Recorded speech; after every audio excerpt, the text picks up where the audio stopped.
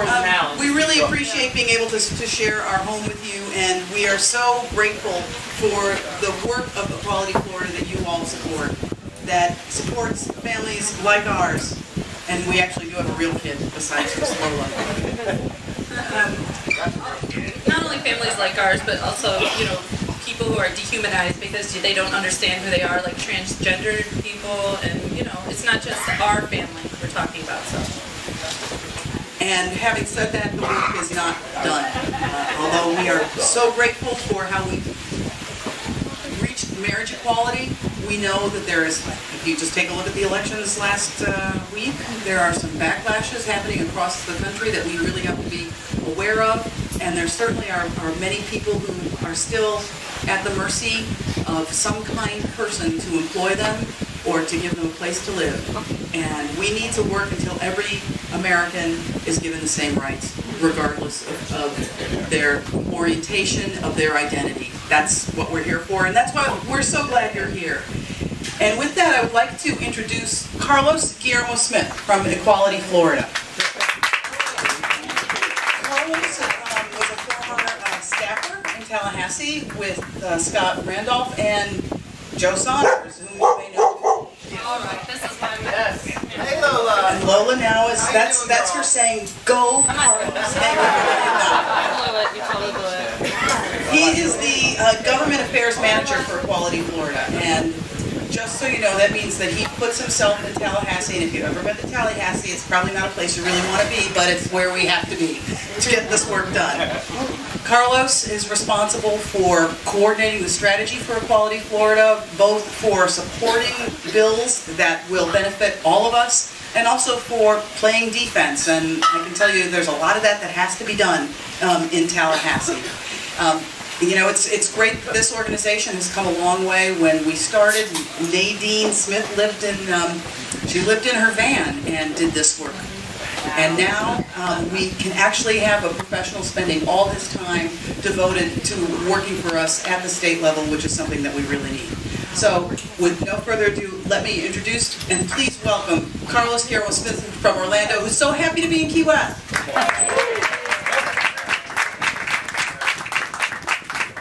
How you doing, Key West? How y'all doing? I do want to start by, again, thanking our hosts, Heather and Colleen. Thank you so much for opening up your beautiful home and letting us have this fabulous event. Round of applause for them, please. And round of applause to you all for being here and for continuing to stay committed to an organization that is continuing to do lots of really, really meaningful work on your behalf. I am not a native Key West resident. This is actually only my third time here in the Keys. We know by the jacket. Remember I know I'm a little overdressed. I know I'm so overdressed. Take it off. Before I had my lunch meeting this afternoon with some folks who were here today, it's funny, I was in my rental car and even realized that I was overdressed, so I kicked my shoes off, I pulled the socks off, reached into my bag, put the sandals on. So, by the way, I used to manage a men's warehouse store, which is why I feel very comfortable in this jacket, even in this weather. My name is Carlos Guillermo Smith, and I manage government affairs for Equality Florida. So the very easy way to summarize what I do is to say that I'm the lobbyist. I'm the gay lobbyist in the Capitol. No, I don't believe you. I'm so gay. And when I tell people I'm gay, they're so shocked. They're like, you? I'm like, you're gay? I couldn't believe that.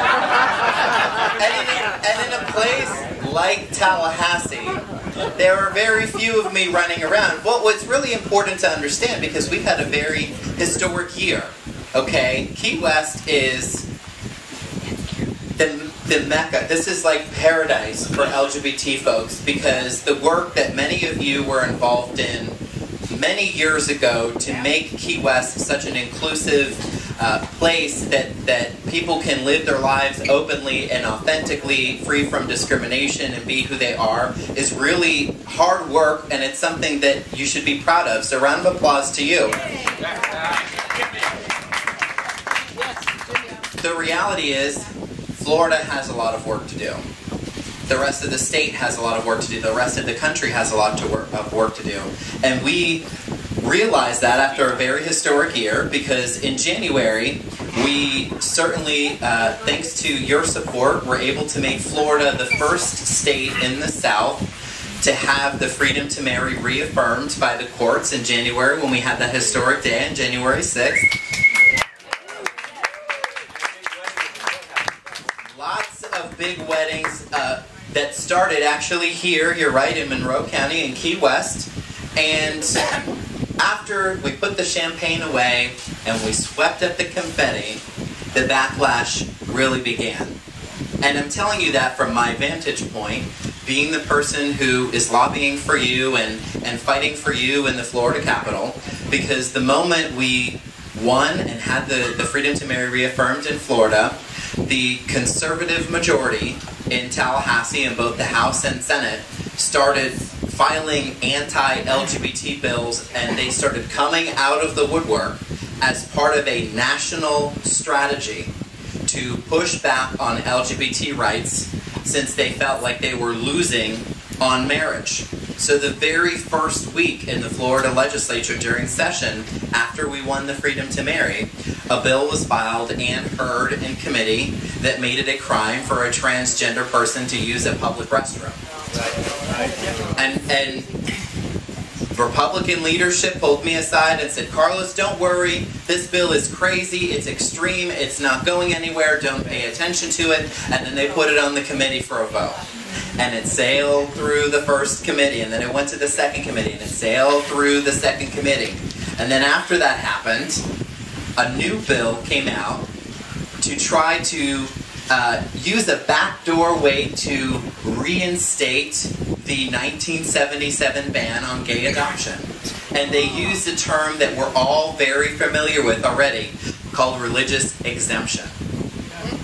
Using religious exemptions, giving adoption agencies in Florida the right to discriminate against gay couples who wanted to adopt Florida's most vulnerable children if it violated their own moral or religious convictions.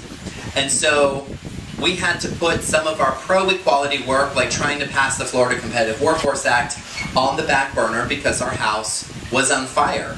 And what we realized in that moment is that it is super crucial not only to have folks supporting the work that we're doing, so that we have a membership of over 200,000 Equality Florida members across the state who can, at a moment's notice, call their state senator, call their state representative, put their voice and advocate in opposition to these really bad proposals, that we would have someone in the Florida Capitol, who, by the way, the Human Rights Campaign and SAVE do not have a presence in the Florida Capitol. We are the only game in town. So what I've learned traveling the state and talking to folks like the ones who are gathered here tonight in this room around Florida, is I found out a lot of people don't realize that Equality Florida is the front line to pushing back against some of this bad stuff, because HRC is not there and some other organizations are not there. We're the last line of defense.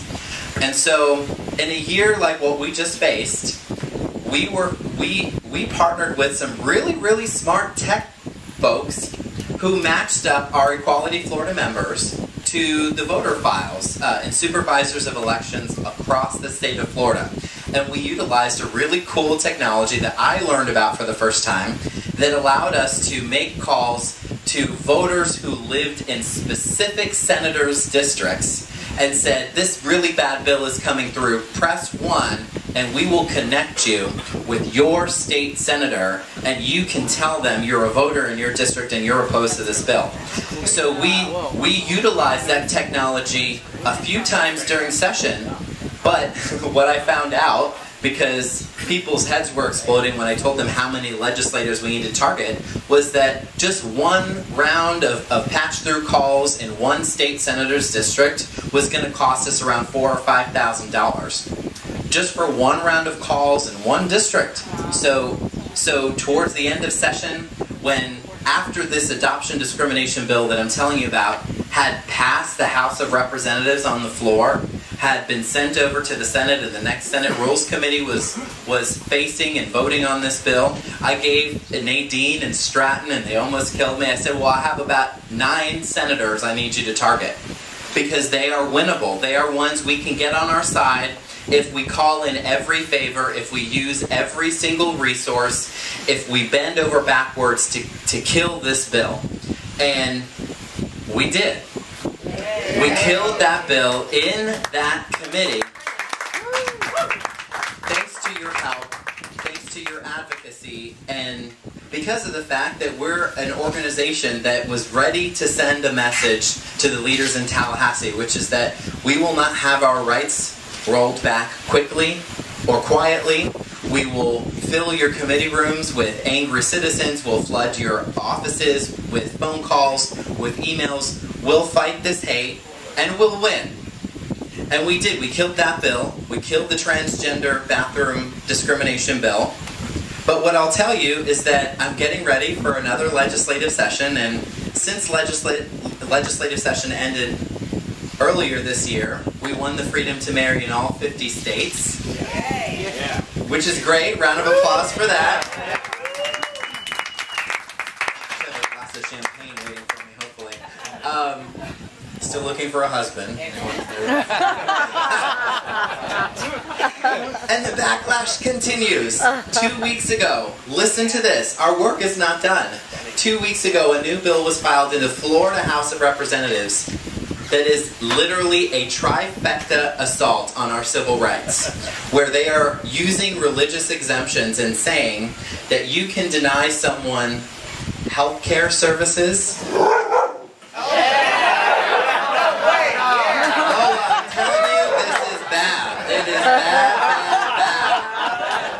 That's an indication of is that we are prepared as an organization to fight this bill and unleash the gay dogs of war. But this bill, just so that you know, would not only allow for healthcare providers to refuse service if it violates their own religious freedom or religious conscience, which, by the way, would be a pharmacist denying a gay person HIV medications.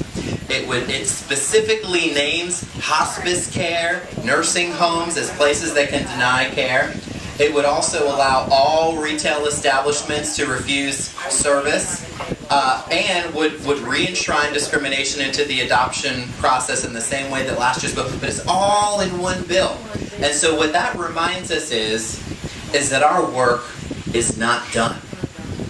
That we still have lots of work to do, not only in advocating for good bills, but in killing bad bills. And I feel like so far we've already stunk this bill that I've just told you about bad enough that it will seem almost unpalatable for them to put it on the agenda, but we will be prepared when they do. I want to take a moment very quickly because this is someone locally who's been advocating on your behalf who needs to get some shout out and some praise from Equality Florida.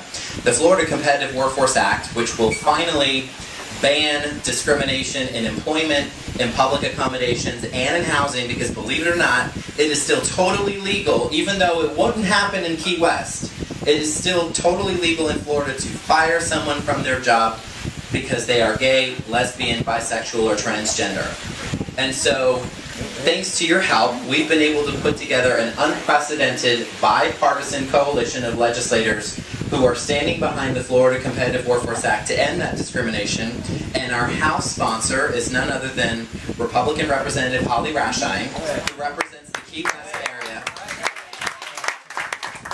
And she has not only been such an incredible fighter for LGBT rights and has been a huge warrior with this bill, but she also has a 100% score on all of our issues. She has fought against all the other bills. She's pro-choice. She's wonderful, and she's your state representative, so when you get a chance, please thank her. And with her help, what we've also been able to do is we've been able to, in the last session, get an unprecedented number of Republican co-sponsors from the House who co-sponsored it. We had 12 Republican co-sponsors of that bill from the House of Representatives, thanks to Holly's advocacy. And so round of applause to Representative Holly Rashine. committee assignments for this bill changed. We've had to narrow it down from 3 to 2. So this is Tallahassee speak for me telling you, we can finally pass this bill because we have the momentum to do it, and Florida would be the first state in the South to pass a bill like this in 8 years. Actually, the first state in the South to do it, period. So thank you for your continued support of this organization. We still have a lot of work to do, and even though I met with some of you earlier and I went on like this for literally an hour, I've been told I can only speak for about 8 or 9 minutes. I think I've already gone over with that. But I'm going to be here to answer all of your questions. Thank you for keeping me in Tallahassee, because that's what your support does, and we need more support up there to help kill these bad bills and advance our good bill.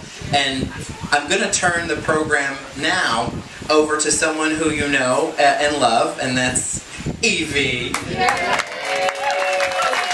our local rock star, and she's fabulous. Love for a round of applause for Evie.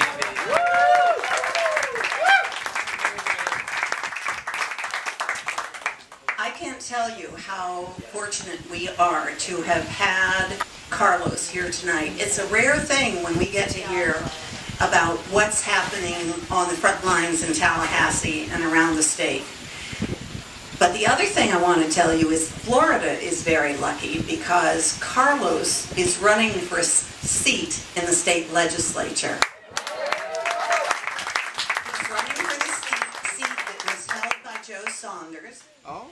And with his probable election will be the second LGBT voice among the representatives and the senators in Tallahassee.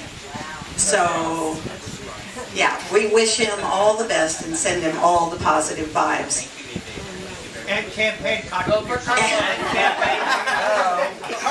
But now don't take too much away from my deal. This is a sponsor appreciation party, okay?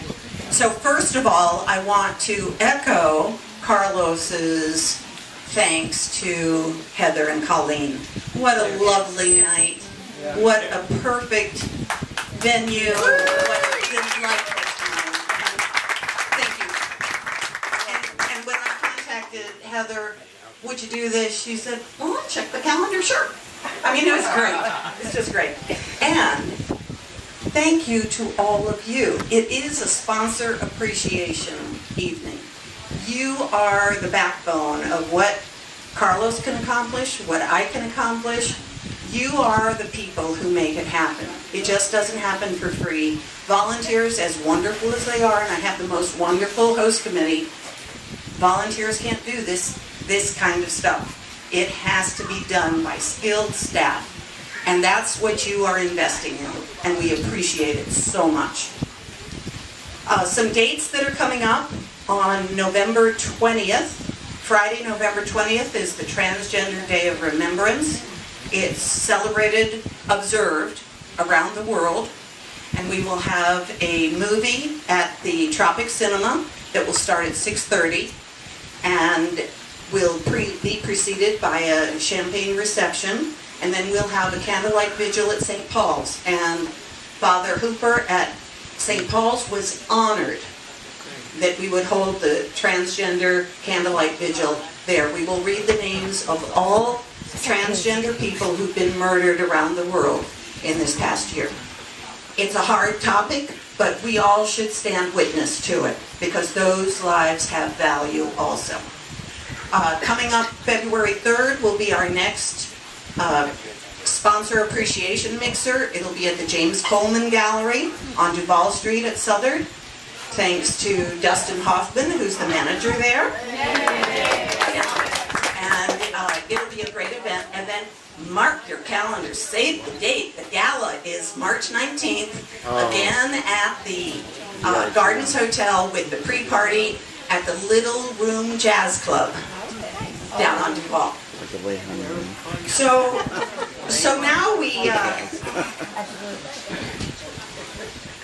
now we think about where we are going, and you hear about what Carlos has said, and I'll tell you what a lot of people have said to me not a lot, a handful. They've said, marriage equality, we're done, right? We're done. It's over. It's not over. It's not over. And so we need each of you loyal donors to realize that we need your continued support, and if there's any way possible for you to increase, we want to ask you to step up to that. I will tell you that our longtime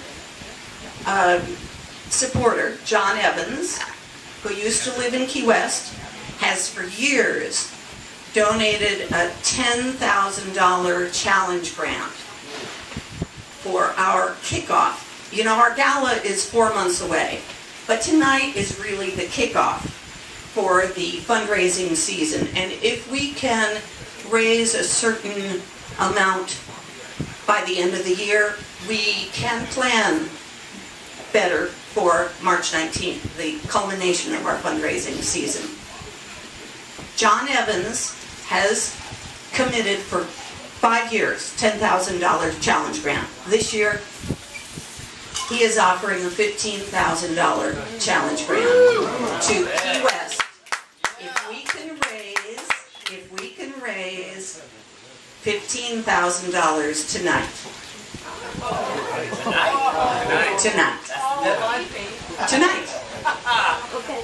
Tonight. So, where are you going? And Carlos will dive into the pool. If we raise this, Carlos will take a dive. That's just fine, right?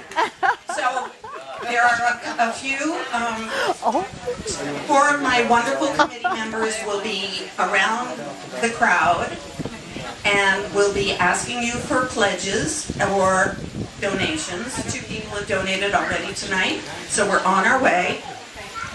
You know, it's an ask, but it's also asking you to invest in this work. This work that Carlos has described, the Transgender Day of Remembrance that we're working on here.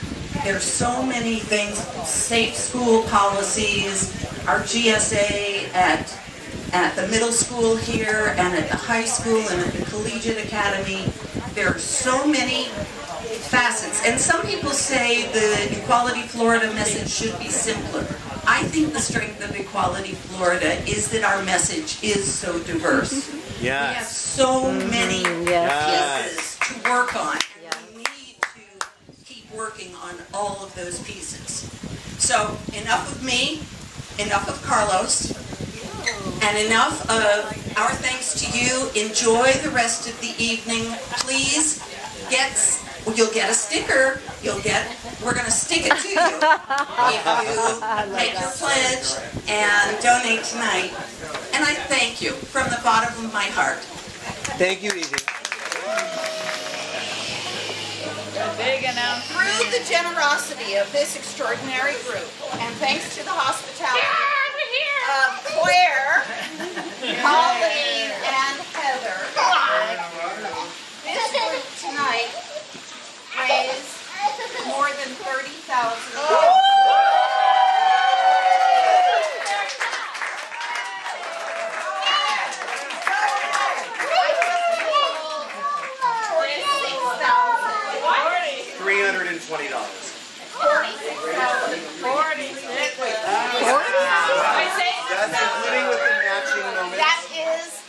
Okay, the $30,000 we raised tonight.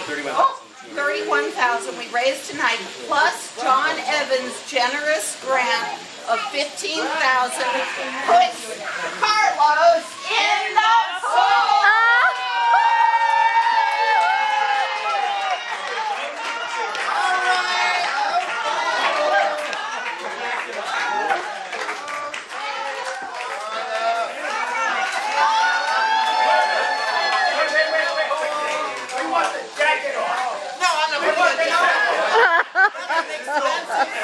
Okay, I'm going in.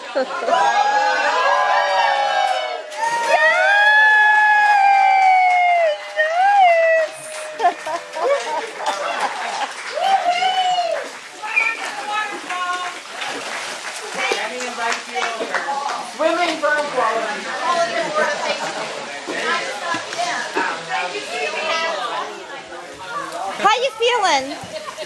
Do you feel like an Olympian right now? I'm feeling like we've done a lot for equality tonight. That you know, if you're willing to give, swim, whatever you can do to advocate for equality, it's all good. So, Fantastic. It's a good night.